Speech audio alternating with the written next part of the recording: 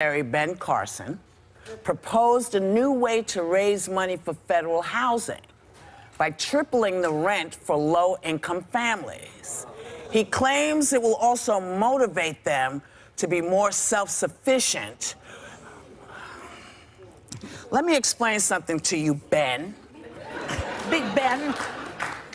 As someone who grew up in those houses, as did Sonny, my mother worked her ass off every day. Yeah. 2 jobs.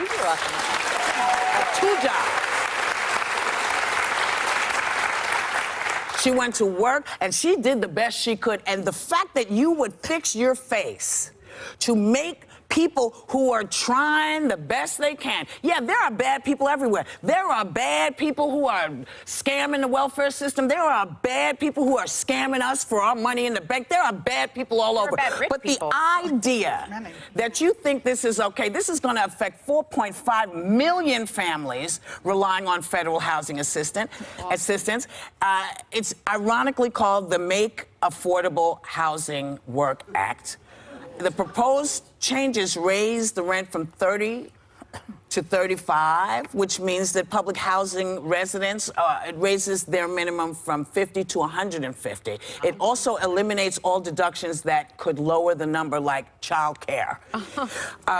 You know, do you have any idea, you know, because the national average income for people in housing like this is $12,000 a year. What the hell are you doing, man? You know what, Ben?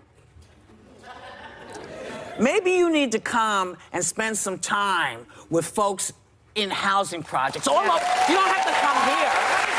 There are housing projects all over this country. All over the country. You know how people are treated? There's rust, there's mold in a lot of these buildings. There's bad plumbing and they're the last people to get anything done. Nothing happens there. There's no generators to keep those buildings going. So if you're 85 years old and you live on the 12th floor, you're stuck in your house. Man, sit down with people before you do this, because you're really not helping, Ben. And I know that you're new to this, and maybe once you passed a housing project, and that's why he thought you'd be the right one. But God bless you. Please, spend some time with the people who live in these buildings and see what they need before you do this. Please. This is a man who, really quick, he can't just do this. No. This would take congressional approval for this legislation, so he can't just say it and enact it. So it would Congress. Congress. It tells you a lot of insight into how he thinks, because he also referred to poverty once as a, quote, state of mind. And then just recently, earlier this month, he was at an elementary school in Memphis and offered the following tips on how to avoid poverty. Number 1, finish high school, Carson said. Number 2, get married. Number 3, wait until you get married to have children. And just those 3 things, and you're 2% less likely to live in poverty. Tell that to all these actresses who have children out of wedlock, all these rich people having children out of wedlock. I think what about them? What was so offensive to me, and you're right, we grew up in the projects, Whoopi.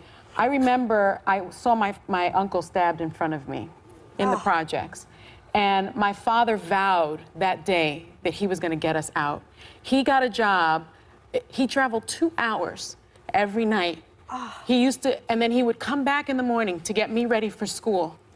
And he worked and worked and worked. He went to school at the same time.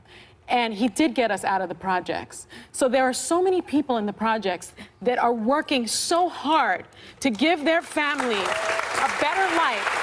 And the suggestion somehow that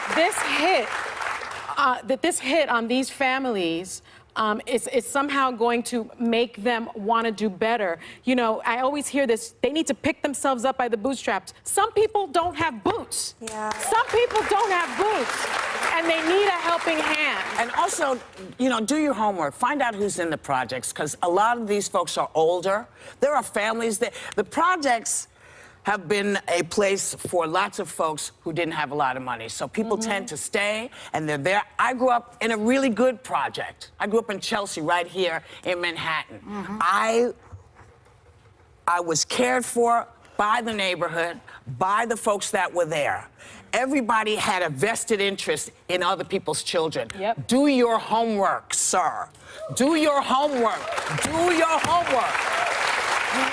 We'll be right back.